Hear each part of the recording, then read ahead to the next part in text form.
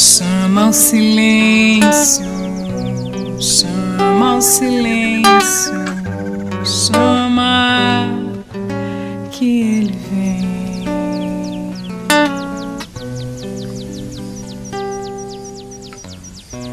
Traz o sossego, traz o descanso, traz Jesus.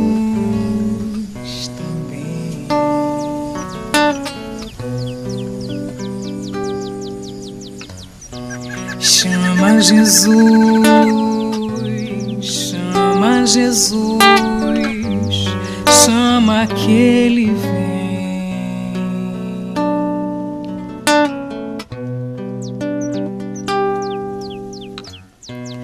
Vem no silêncio, vem sem ser visto, ele me faz.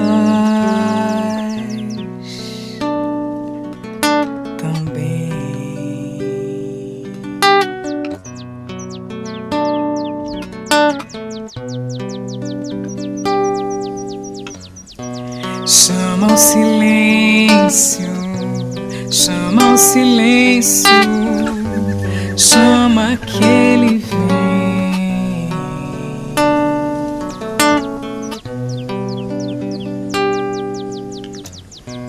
Traz o sossego, traz o descanso, traz Jesus.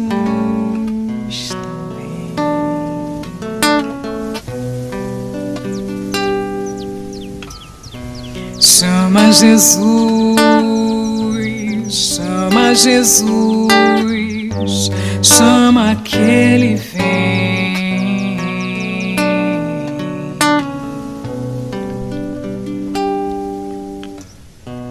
Vem no silêncio, vem sem ser visto, ele me faz.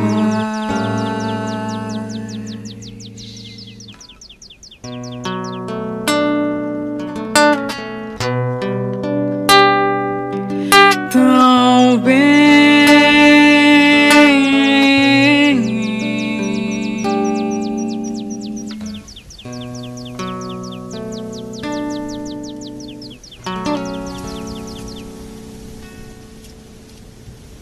Olá, meus amigos, que alegria estar com vocês hoje para a gente vivenciar juntos esses momentos com Jesus.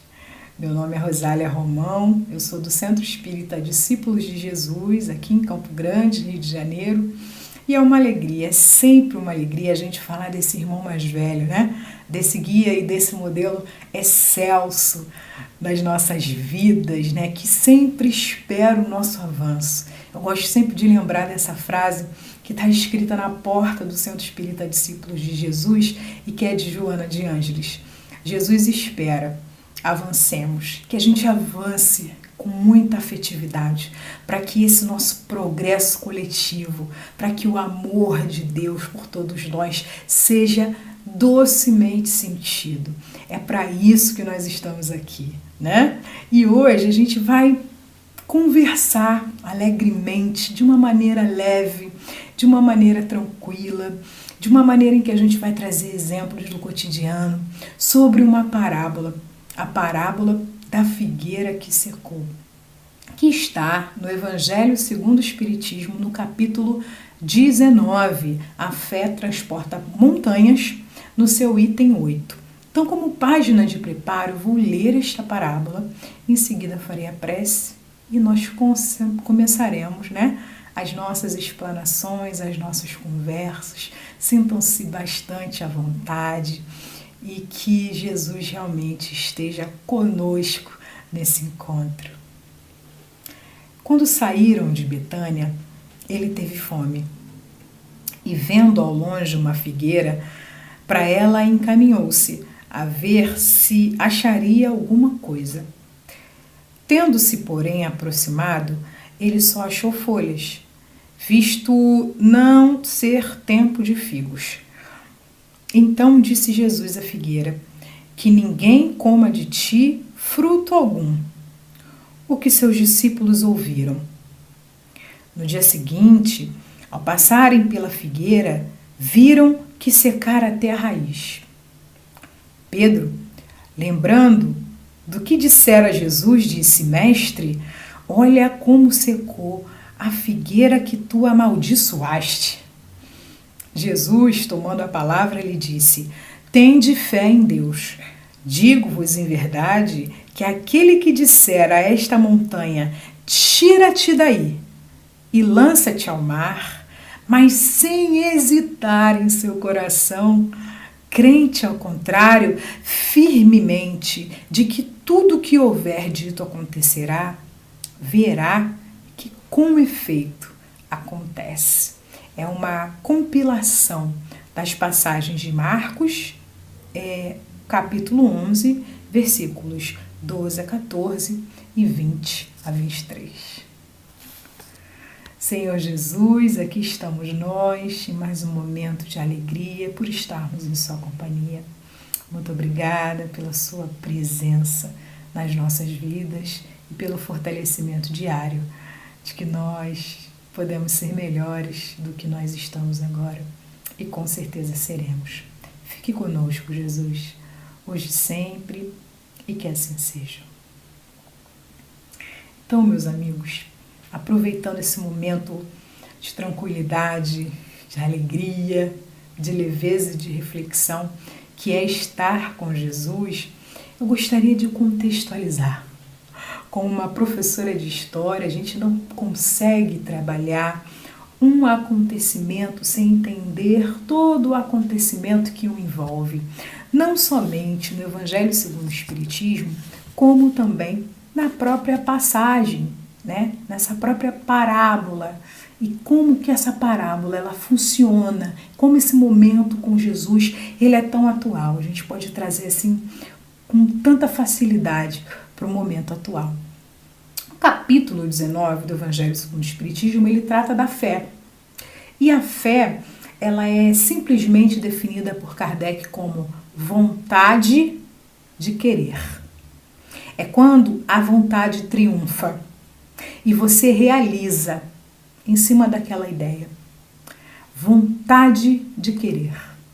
E essa vontade de querer, ela pode ser humana, ou seja, individual, para o êxito individual, ou uma fé divina, coletiva. Nesse sentido, meus amigos, a vontade de querer, ela pode ser nociva em muitos aspectos. Quando a gente tem uma fé humana, a nossa fé mais individualista, mais egoística, é uma fé que nós só estamos pensando no nosso próprio êxito. Mas quando a gente olha pela ótica do espírito, quando a gente olha a partir da influência, do respeito de uma espiritualidade amiga, quando a gente entende essa fé como uma fé produtiva, como é o destaque maior dessa parábola, a gente se aproxima mais de Deus, a gente se aproxima mais do viver em sociedade, a gente se aproxima mais de uma coletividade. Então essa proposta de fé, né, como uma vontade de querer, que é uma vontade imensa, que é uma vontade que rompe padrões sociais, econômicos, políticos, porque passa a olhar para o outro como um filho de Deus, é a proposta do capítulo 19. Como é essa fé cristã? Essa fé cristã, ela precisa ser produtiva. Essa fé cristã é produtiva porque já é uma fé que pensa no todo. Muito interessante, né? Muito interessante a gente refletir sobre esse contexto que envolve essa parábola, que está no seu item 8 desse capítulo. Então, antes do item 8, a gente tem 7 itens para a gente refletir sobre o que significa a fé, segundo o Espiritismo, que é uma fé inteiramente baseada na proposta de Jesus na Terra. Um homem que já era o governador do planeta, responsável por cada partícula de formação da Terra na sua construção. Já era um espírito perfeito e já veio à Terra espalhando a sua energia de espírito perfeito, de guia e de modelo, e disposto a todo momento a nos educar. Inspirados, então, nesse processo, nesse contexto do Evangelho segundo o Espiritismo, no seu item 8, a gente pode entender que Jesus era um educador em excelência. É um educador excelência, meus amigos, para nós espíritas hoje. A gente precisa refletir com bastante consideração, bastante docilidade nas informações do Espírito de Verdade, né? Nos dois ensinamentos principais que o Espírito de Verdade nos passa. Espíritas, amai-vos, eis o primeiro ensinamento. Instruí-vos, eis o segundo ensinamento. Andarmos mãos dadas, amor e instrução. Teoria e prática. Instruí-vos a teoria, amai-vos a prática. Jesus era um educador em excelência, porque antes de falar qualquer parábola, antes de entrar em qualquer casa, antes de conversar com qualquer pessoa na sua visão prospectiva, ou seja, no vir a ser, na sua potência, no ser filho de Deus, como ele olha para todos nós, né? Não faz uma visão retrospectiva, não olha para nós como eu sei o que você fez, né, na vida passada ou nessa existência, mas você é um filho de Deus e eu espero o seu avanço. Essa visão prospectiva é uma visão de amor. Quando Jesus olha para nós com essa visão prospectiva, ele está olhando para nós com amor. E Kardec nos traz, na doutrina espírita, a instrução. Os princípios da existência de Deus, o princípio da existência de uma vida espiritual, o princípio da possibilidade da gente interagir com o mundo espiritual, da gente habitar muitos mundos dentro e fora de nós. São instruções maravilhosas, são teorias extraordinárias que precisam ser colocadas em prática. Quando a parábola começa, quando saíam de Betânia. Gente, só aí daria um estudo inteiro. O fato de sair de Betânia. O que é Betânia? O que Betânia representa para o cristianismo, meus amigos? Betânia é uma cidade de passagem para os dois montes mais importantes da história do cristianismo. O Gólgota e o Monte das Oliveiras. O Monte das Oliveiras, o Monte da Esperança, o Monte das Bem-aventuranças, o Monte da Alegria, o Monte da Certeza do mundo espiritual. E o Gólgota, o Monte das Desilusões, o Monte da Tristeza, o Monte da Crucificação. Betânia é a cidade passagem e é conhecida hoje na história do cristianismo como a casa dos pobres, ou a casa das figueiras, ou a casa dos figos. Betânia é a cidade, uma aldeia, na verdade, uma aldeia próxima a Jerusalém, que é a moradia de Lázaro, olha que interessante, de Marta e de Maria. Os irmãos Lázaro, Marta e Maria, que nos dão exemplos maravilhosos de amor e de instrução. Lázaro redivivo, Lázaro, aquele que é responsável, né, por uma grande interpretação do cristianismo, do que é de fato uma ressurreição, do que é de fato uma verdadeira vida. E Marta e Maria, as irmãs, uma muito preocupada com as mãos, com a execução, né? As mãos muito laborosas, e a outra com um coração mais amoroso, uma preocupada em servir, e limpar e deixar tudo agradável para a chegada da visita, e a outra bastante preocupada em ouvir o que aquela visita vinha trazer. Gente, é maravilhoso porque a gente consegue, com as personagens de Betânia, refletir sobre o que Jesus queria dizer com essa parábola. Betânia, os seus filhos são essa parábola. Betânia, os seus ensinamentos, a casa do pobre, aquele que está desprovido de tudo, pronto para receber, pronto para doar, pronto para aprender. Olha só que maravilhoso. Então Jesus, ele entra em Betânia e tem fome. E tem fome. Tiveste fome e me deste de comer. Está preparado para atender as pessoas que necessitam do alimento do corpo e da alma. Nesse momento, ele necessitava de um alimento do corpo.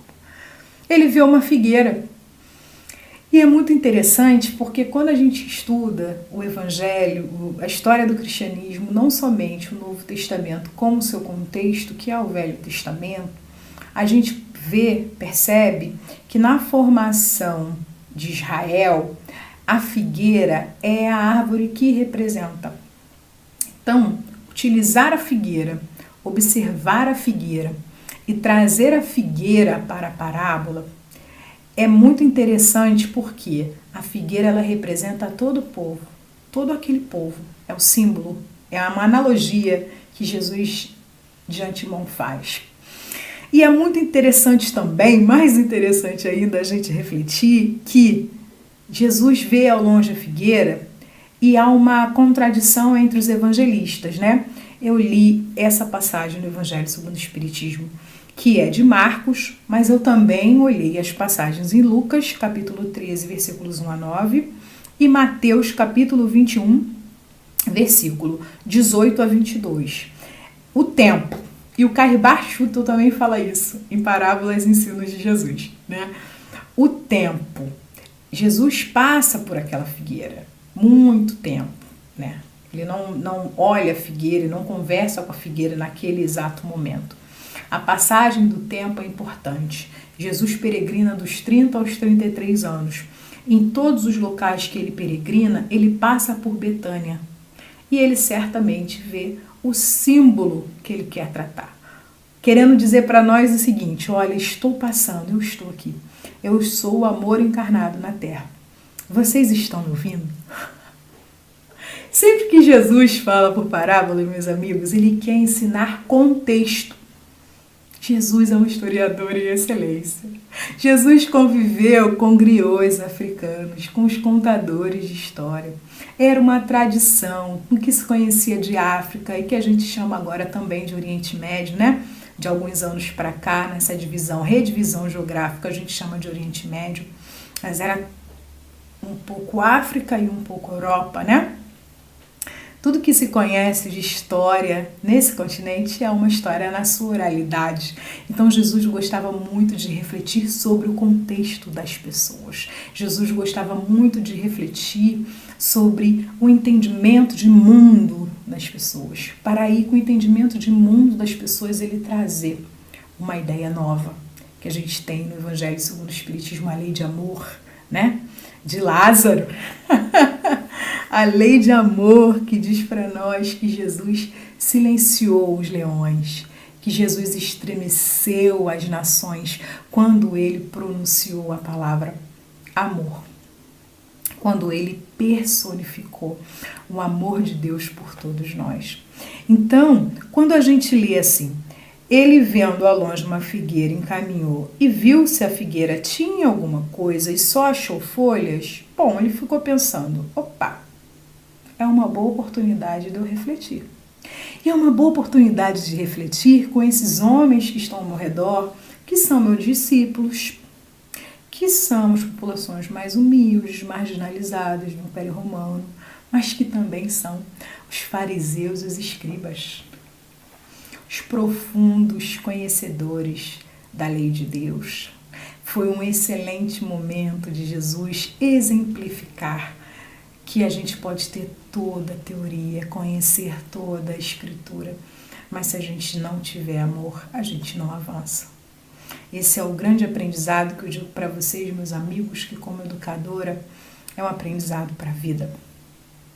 A gente não vai conseguir na educação dos nossos alunos, dos nossos educandos da casa espírita, dos nossos amigos, dos nossos filhos, uma educação efetiva se a gente não tiver a afetividade, se a gente não colocar o nosso coração em movimento para essas relações. Jesus colocava o coração em movimento o tempo inteiro.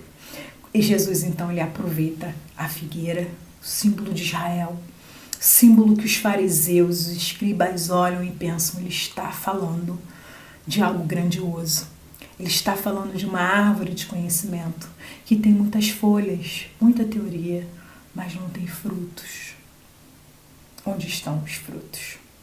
Enquanto Marcos fala, e a gente percebe que pode ser uma passagem pequena de 5 horas do amaldiçoar né, da figueira, que os outros evangelistas também não utilizam essa palavra, maldição, né? É muito interessante Jesus amaldiçoou, né? A gente pode pensar numa questão de tradução mesmo, do hebraico, do aramaico para os dias atuais. Quais são os significados dessas palavras, que podem ter muitos significados. Na verdade, Jesus certificou-se de uma realidade, né? Que os outros evangelistas, eles falam, ele pode ter passado por essa árvore durante 3 anos, viu que a árvore tinha um clima bom, ela era adubada, ela tinha tudo para frutificar, mas ela não faz.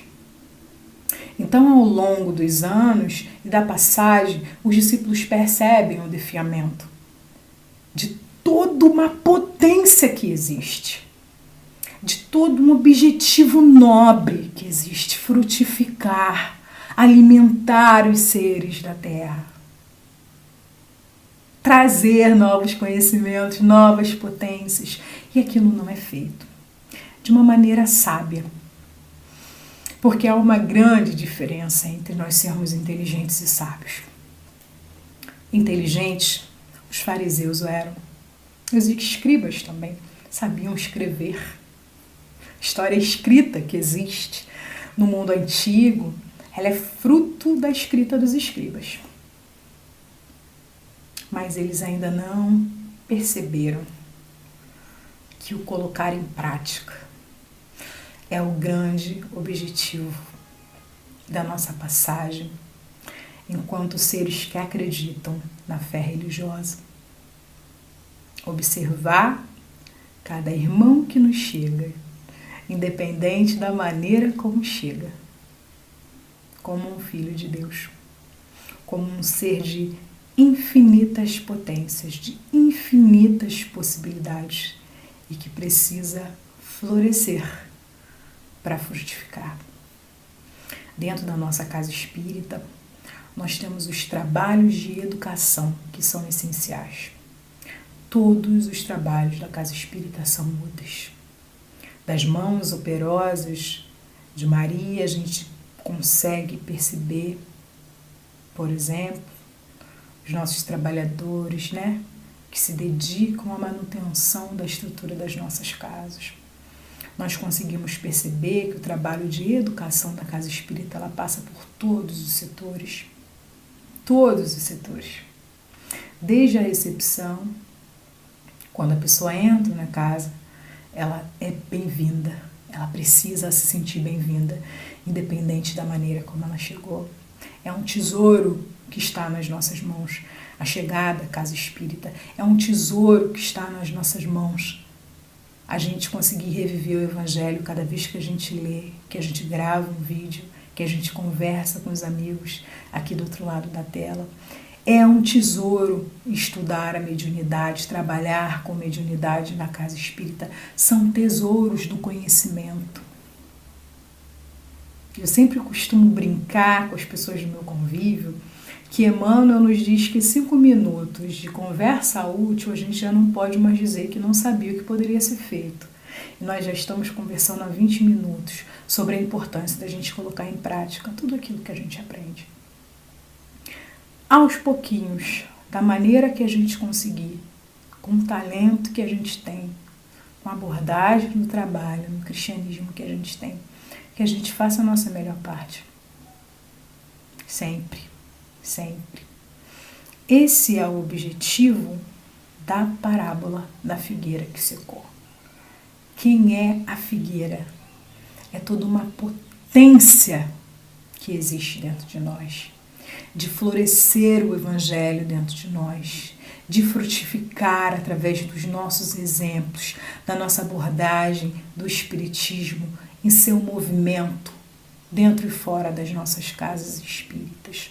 A gente não pode mais dizer que não sabia o que pode ser feito. Quem é o figo, né? que não frutifica nessa parábola? O figo, ele é justamente o testemunho do amor de Deus por todos nós.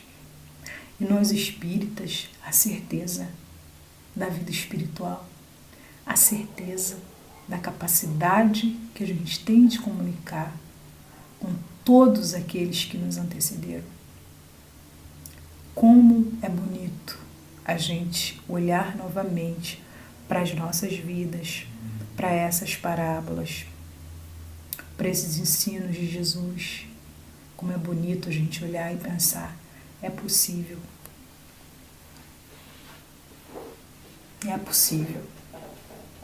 Esses itens, eles continuam falando sobre o trabalho de mediunidade, né? Os itens 9 e 10 continuam a falar que se a gente prega e não realiza, a gente não frutificou. A gente ainda está no momento das folhas. A gente tem um grande alicerce que é o Evangelho. A gente tem o caule, que são todas as estruturas que mantêm uma casa espírita em movimento espírita de pé. A gente tem toda a teoria, que são as folhas, mas as nossas ações são preciosas para a continuidade do movimento, para a continuidade das escrituras, para a continuidade da existência do amor de Deus em todos nós e por todos nós. Hoje, a gente sofre, infelizmente, no Brasil e no mundo, um bombardeio de negatividade. Não bastasse uma doença misteriosa que tenha cometido milhões pelo planeta e centenas de milhares no nosso país que estão se despedindo da Terra com muita dor, muita incredulidade, com desesperança. Muitas famílias não estão conseguindo viver o luto e é muito importante velar, perceber que aquele corpo não faz mais parte do nosso convívio, estão sendo privadas das suas despedidas. E a gente precisa botar, meus amigos, mais do que nunca, o nosso coração em movimento. A gente precisa mais do que nunca, enquanto espíritas, darmos o nosso testemunho de fé.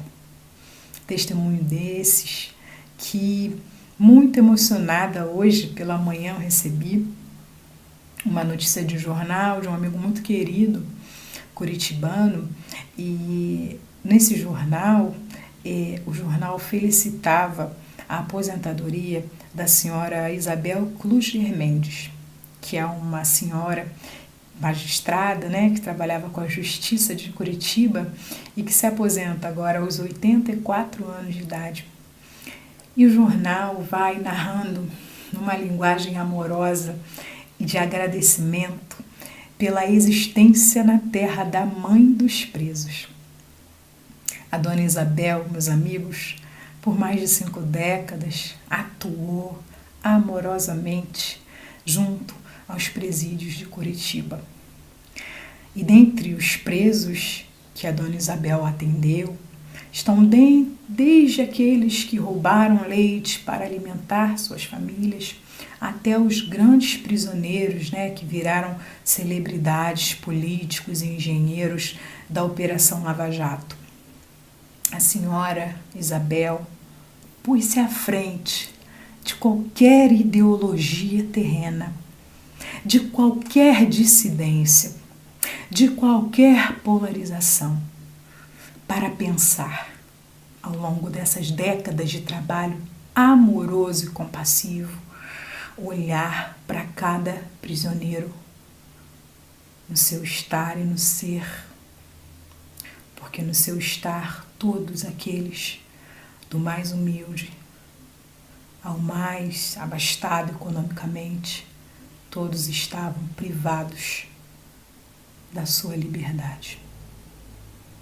Todos tinham o direito à ressocialização, a entender-se novamente como indivíduos de uma sociedade, como os mais abastados, e para construírem-se como indivíduos de uma sociedade aos menos abastados que não tiveram direito de ser cidadãos, ou pela cor da sua pele, ou pelo seu gênero, ou pela sua sexualidade.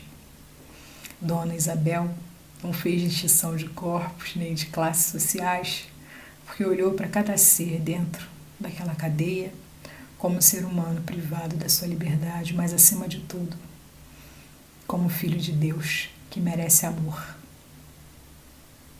que merece perdão, que merece uma mão estendida. As palavras amorosas da Dona Isabel atingiram os corações endurecidos dos maiores criminosos de Curitiba, que transformaram, uns escreveram livros agradecendo a Dona Isabel, outros dividiram suas riquezas, melhoraram os presídios, doaram para as ações sociais com as famílias dos prisioneiros, ressocializaram famílias inteiras, porque tinham poder econômico para tal. Dona Isabel, espírita, como eu e como você.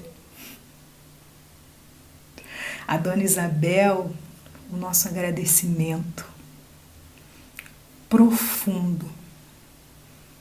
Dona Isabel, muito obrigada. Porque quando eu penso em Jesus, quando eu penso na harmonia e no respeito que estudar o Espiritismo me dá, eu penso que nós espíritas precisamos ser espíritas em todos os lugares, com toda a força, com toda a coragem. Meus amigos, obrigada por essa partilha, obrigada por essa reflexão, obrigada pela leitura dessa parábola que é mais um testemunho de fé, mais uma chamada para que nós cumpramos o nosso papel de pessoas detentoras de conhecimento e de pessoas com amor grandioso dentro de si, pronto, cada vez mais pronto para jorrar por toda a terra. Fiquemos com Deus, que Deus seja o nosso Pai de amor, que nós possamos cada vez mais estarmos conectados. Nosso agradecimento a todas as Isabéis espalhadas pelo movimento espírita, que reforçam a nossa capacidade de ser melhor do que a gente é, de estar melhor do que a gente está e de injetar em nós cada vez mais a fé produtiva do Evangelho. Muita paz para todos nós e que assim seja.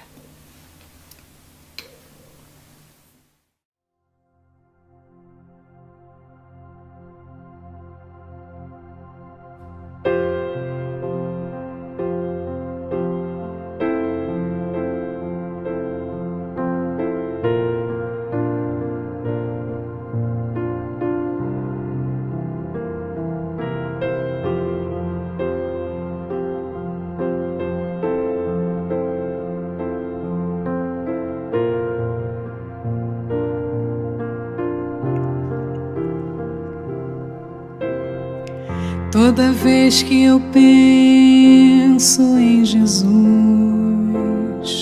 meu coração se acende no meu peito.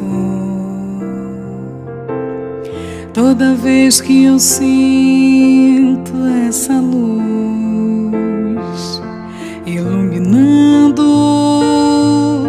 a minha mente, o meu corpo,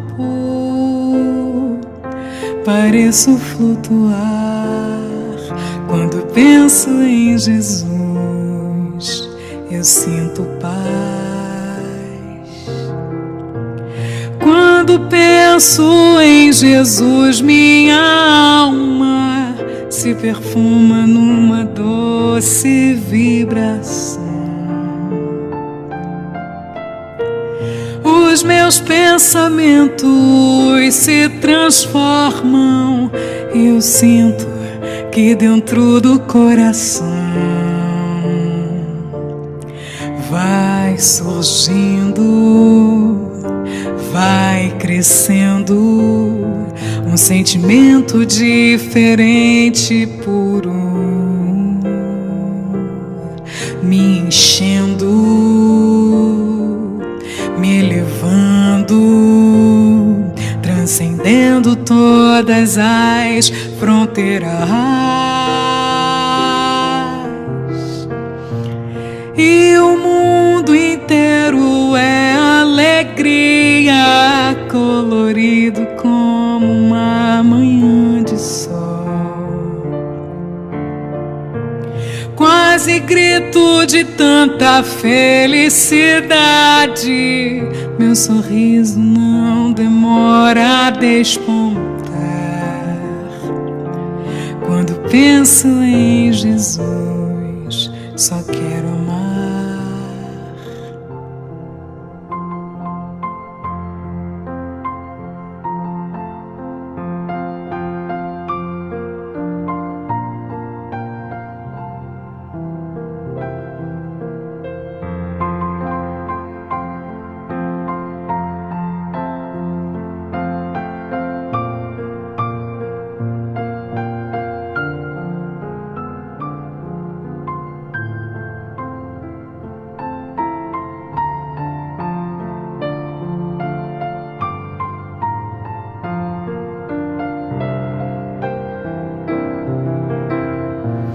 E o mundo inteiro é alegria, colorido como uma manhã de sol. Quase grito de tanta felicidade, meu sorriso não demora a despontar. Quando penso em Jesus, só quero amar. Toda vez que eu penso em Jesus, meu coração se acende no meu peito. Toda vez que eu sinto essa luz iluminando a minha mente, o meu corpo, pareço flutuar. Quando eu penso em Jesus, eu sinto paz. Quando eu penso em Jesus, minha alma se perfuma numa doce vibração. Os meus pensamentos se transformam e eu sinto que dentro do coração só quero amar.